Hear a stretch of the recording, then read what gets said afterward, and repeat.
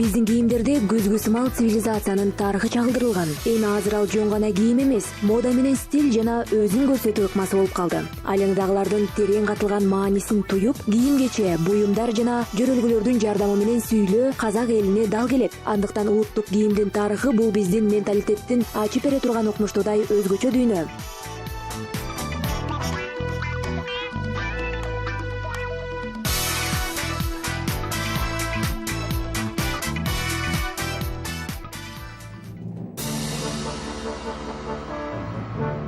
Ушул жылдын буг айында дүйнө жүзүндөгү миллиондогон адамдар Британ тактысынын 6-мураскору Ханзада Гарри жана америкалык актриса Меган Марклдын үйлөнүлпөт аземин көрүү үчүн телеэкранга тигилишти. Аудиториянын бир бөлүгү жөн гана тойдун жүрүшүнөн ырахат алса, кимдир бирөөгө падышанын үлпөтүндөгү ар бир маалымат кызык болду. Меган Марклдын макияжы, кийим стили, анын албетте асем буюмдары. Биринчи эле көзгө урунганы анын башындагы таажысы. Бул жасалганын сулуулугу талашсыз, бирок өзгөчө эмес. Биздин ата-бабаларыбыздын дагы Улуу Британиянын таажысына тете буюму бар. Муну улуу талаалардын аймагындагы археологиялык табылгалар далилдеп турат. Жасалга колдонулган материалдар жана уникалдуу технологиялар туурасында Oriental Vintage программасында сөз кылабыз.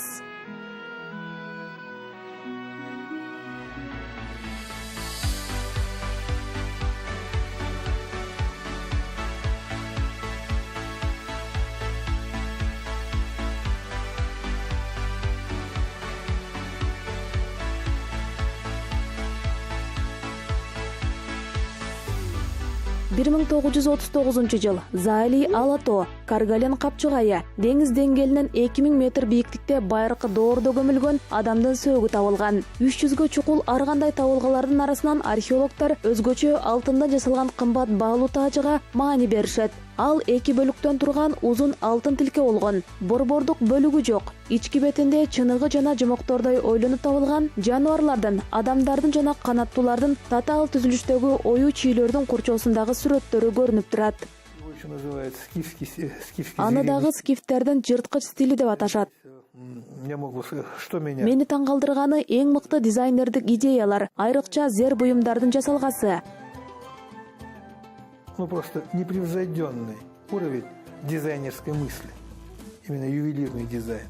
Как можно было и абстрактность мышления мастеров сакского периода, то есть очень древний тоже это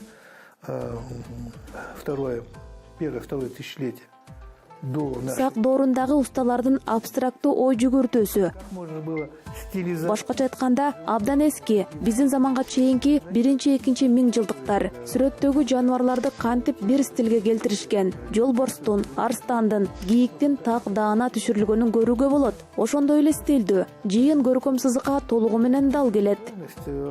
Прекрасно вписывается в художественную линию.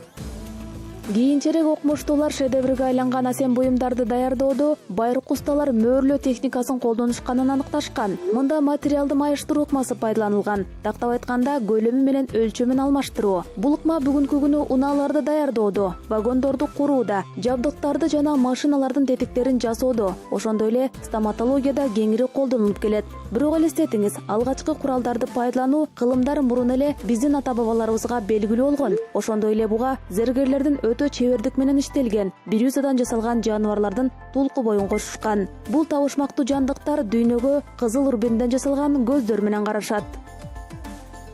Какая тонкая работа с драгоценными камнями. Баалуу таштар менен жасалган кандай сонун эмгек. Рубин менен изумруд таштарынын мүмкүн эмес болгон жерлерде айкалышы. Бул дагы жогорку деңгээлдеги стилден кабар берет. Не могут не находиться. Башкача айтканда, баардыгы өз орду менен коюлган. Ата-бабаларыбыздын өзгөчө чебердигин тастыктап турат. Очень тонком вкусе наших предков. Белгилүү археолог Александр Венштам байыркы узун мезгилине таандык болгон Каргалин таажысын биринчилерден болуп изилдеген. Мындан улам анын шаманга таандык экенин жана таажы диний ырым-жырым маалында колдонулганын болжолдогон. Бүгүнкү күндө чачына көрк берүү үчүн бул буюмду бир эле монархтар же өзгөчө мартабага ээ болгондор гана колдонушпайт. Ал кеңири таралган. Айымдардын басымдуу бөлүгү бул баш кийимди үлпөт тойлордо же бүтүрүү кечилеринде жок дегенде эле бир жолу кийип көрүшөт. Анын түрлөрү менен баасынын жеткиликтүүлүгү дээрлик чексиз болуп калды.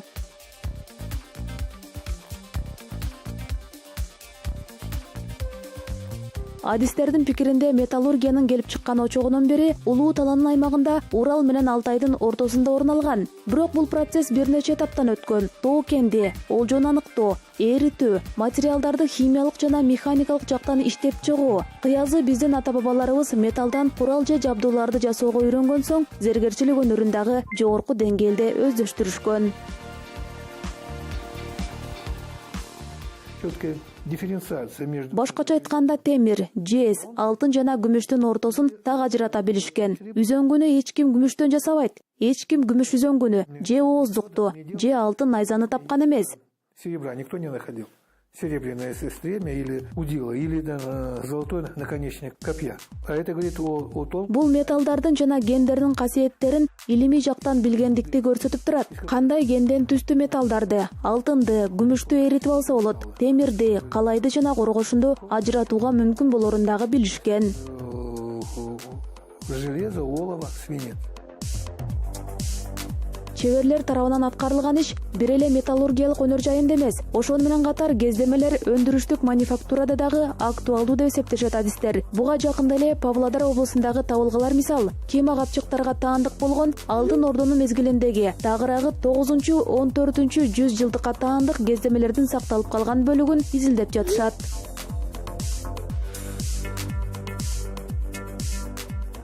Большая часть, 99%, Жибектин көпчүлүк бөлүгү 99,9% сакталып калган. Бул коопсуздук менен байланышкан. Бул бүтүн эмес, кээ бири жеке заттар сыяктуу эле чачыранды, жакалары, айрым тигиштери, башкача айтканда биз баардыгын алып чыксак болот. элитный Деңгээли жогору, элиталык. это элитный текстиль. И уровень, безусловно, очень высокий. Ошондой эле бул жерде Алтын Ордо мезгилине таандык болгон бокко деп аталган баш кийим табылган. Анткени менен бүгүнкү күнү ар бир казак боккодон өздөрүнө жакын контурдук сүрөттү тааныйт.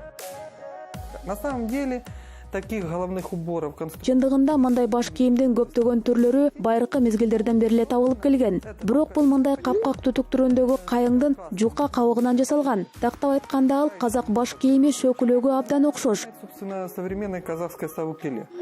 Понимаете? То есть... Бул баш кийимдердин Казакстандын аймактык түрлөрүн ала турган болсок, азыркы казак этнографиясына түспөлдөш. Это очень есть, так сказать, очень похожий современной казахской этнографии. И это говорит о... Айрым маданият жана ыраттуулук жагынан окшоштугун айтып турат. Анткени мындай баш кийимдердин ыйык мааниси бар. Ал жөн гана пайда болуп, кайрадан өзү эле жок болуп кетпейт. Дагы бир чындык, этнографияда эң эле эски көз караштагылар булар сөөктүү көргө коюу ырым-жырымдары менен үйлөнүү үлпөт тойлору. Ал эми шөкүлө казактардын үлпөт тойлорундагы ырым-жырымдардын бир бөлүгү. Балким мына ошондуктан ал көптөгөн жылдар бою өзгөрүүсүз жашап келет. Видимо, оно долго существует фактически в неизменном виде.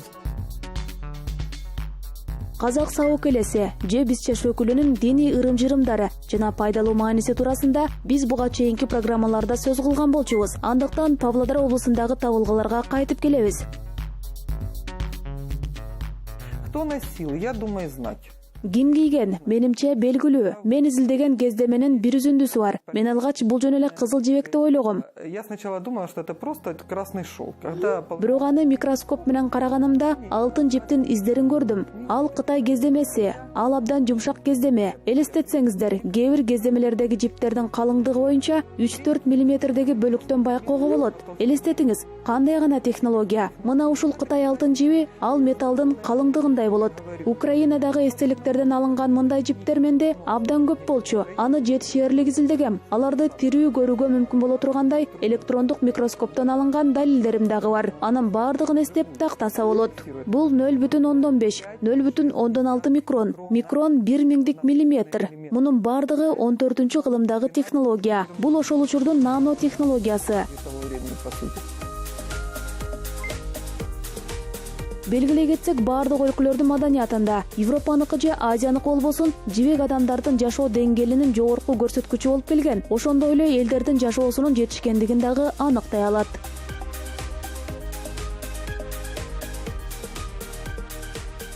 Да, это костюм знати, да, это костюм. Бул атактуулардын костюму, бул кымбат баалуу костюм. Бул жерде качандыр бир кезде көмүлгөндөр жетишкен жашоодо жашаган. Албетте баардыгы эмес, бир бөлүгү, коомдук бөлүнүү бар. Вот социальное расслоение существовало. Ушундай кийим-кечектерди сатып алууга, жигерди иштеп, эл аралык алмашууларга дагы катышып, башкача айтканда алар бир тараптуу дүйнөдө отурган эмес. Что оно было активным, то есть оно не сидело, знаете, замкнутое. Албетте, мен адашып жаткандырмын. Бирок кандайдыр бир жөнөкөй нерселер менен алектенишкен. Бул кымбат баалуу нерселерди сатып алууга кудурети жетип аткан соң, алар абдан өнүккөн коом болгон. Очень развитая цивилизация могла себе позволить.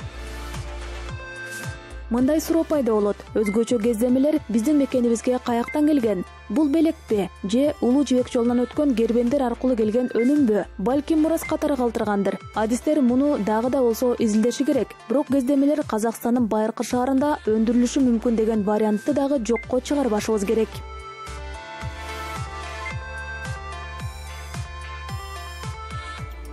Сегодня Тарас. Тараз бүгүнкү күнү Тыт чыгачына батып бара жаткан шаар. Анткени ал жакта Кытай соодагерлеринин соода кылуучу жайлары болгон. Мындай корутунду мага таандык эмес. Бул жеке менин жана бир гана казакстандык эмес, башка дагы кесиптештеримдин пикири. Ыңгайлуу аба ырайынын шарты, технологиялары жана мүмкүнчүлүгү бар экенин билип туруп, ал жакта жибек кездемелери Кытай технологиясы менен өндүрүлгөн деп так айтуу туура эмес. Ну, простите, это неправильно. Ушундай эле көрүнүш уяң жүндөн жасалган кездемелерге таандык. Тарыхчылардын азыркы жоромолдоруна ылайык, уяң койлор алгачкы жолу коло доорунда, Казакстандын аймагында пайда болушу мүмкүн.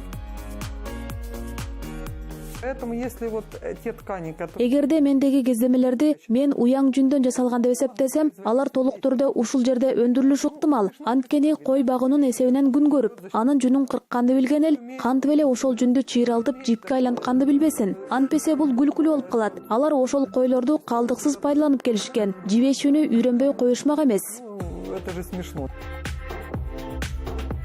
Белгилеп кетүүчү дагы бир жагдай, Улуу Тала аймагында табылган этнографиялык токуучу станоктор кытайлык же европалык станокторго салыштырмалуу жөнөкөй көрүнөт. Бирок сөз такыр башка материалдар жөнүндө болуп жатат.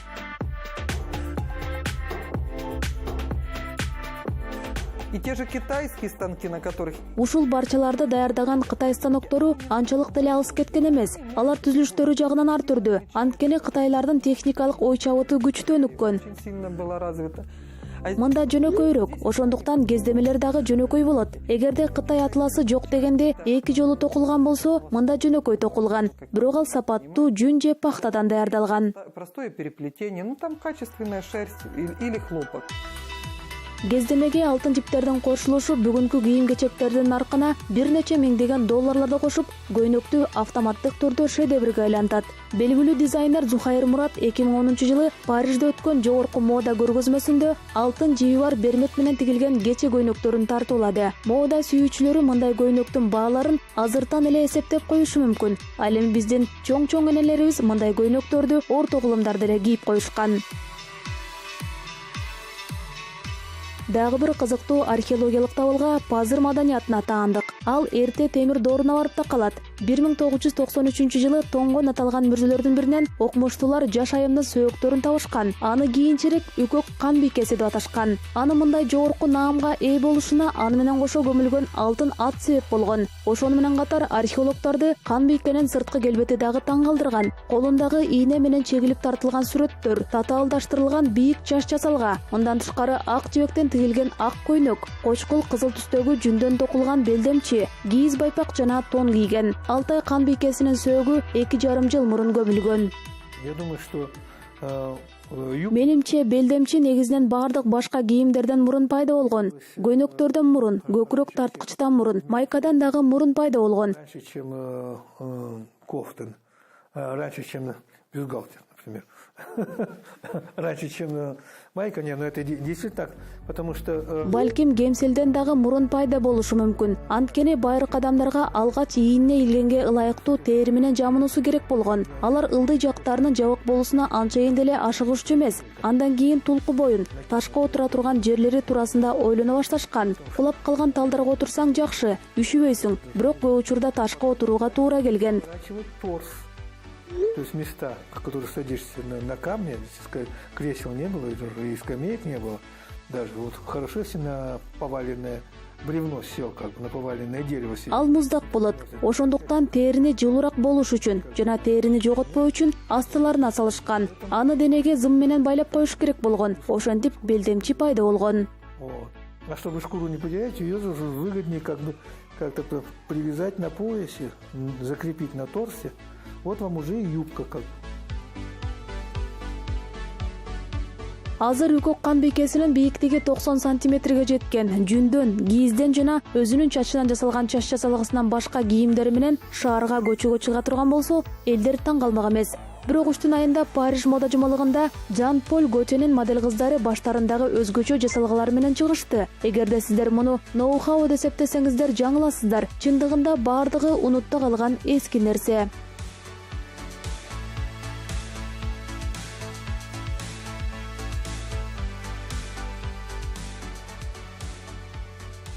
Потому что с точки зрения дизайна Дизайндын көз карашы менен караганда, мен анын айланасы жабылганын айта алам. Вот современный дизайн, он Азыркы жасалга бардык кыйынчылыктардан, укмуш формалуу архитектуралык стилден, модадагы толкундан, татаалдашкандан, ысырап кылуудан кийинки кыскартылган абалына кайтып келген. моды, да, которые как бы на усложнение, на излишество, показать вот эту роскошь, возвращается к лаконичности. Вот. И Мына ушул жерде бүгүнкү стиль менен байыркы ата-бабаларыбыздын стили менен айкалышып турат. здесь, естественно, на современный дизайн, современный стиль, он очень хорошо укладывается и гармонируется в стилистику древности, в стилистику наших предков. Конечно, другие материалы. Албетте, башка материалдар, башка маанилер дагы болушу мүмкүн. Бирок сызык, дизайндар жакшыртууга багытталган. С точки зрения художественной, конечно, совершенство линий. Вот это вот здесь происходит. Азыр биз кызыктуу учурда жашап жатабыз. Убакыт шакегине искусство менен дизайндын убактысы бекинип калгандай. Как бы времени искусства, времени дизайна, оно как бы замкнулось.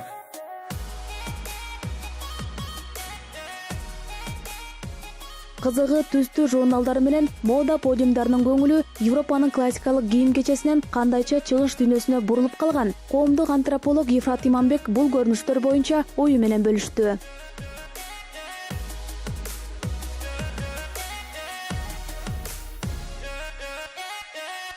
На одном из показов в Париже Париждеги көрсөтүүлөрдүн биринде Наоми Кэмпбелл марокколук асем буюмдарын тагынып чыккан. марокканских. Это, конечно, было, да. Албетте бул сенсация болгон. Мына ошондо балким масс-медиа аркылуу биздин атамекендик дизайнерлер петроглифтин маанилүүлөрүн ишке ашыра баштаган. Стали это же эксплуатировать, как бы внедрять мотивы петроглифов. Петроглифтердагы эстетикалык көз караш менен алганда абдан кызыктуу, абдан кыска, ичи бар абрис. Ёмкие абрисы, такие силуэты.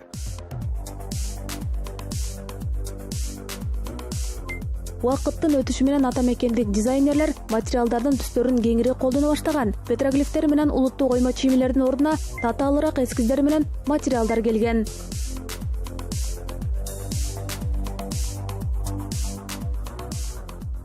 Теперь очень активно это стали. Азыр салттуу кездемелерди колдонууга өтүшкөн. Алар кийиз жана жүн. Традиционные материалы. Кашму, то есть войлок. И войлок. Андан тигилген кийим-кечектерди биздин чет элдик коноктор жакшы сатып алышат. Нашими зарубежными гостями, причем из Европы, западными гостями. Айрыкча европалыктар менен батыштан келген меймандарга абдан жагат. Как бы и головные уборы. Мен айымдардын светтик жолугушууларында казак элементтери түшүрүлгөн казак стилиндеги кийимдерди кийгендерди көп эле жолуктургам. Ходят в казахском платье с элементами казахского стиля, что, конечно, очень украшает. Биздин кийимдер айымдарды сулуу көрсөтүп, кооздоп турат. Выгодно подчеркивает наших дам.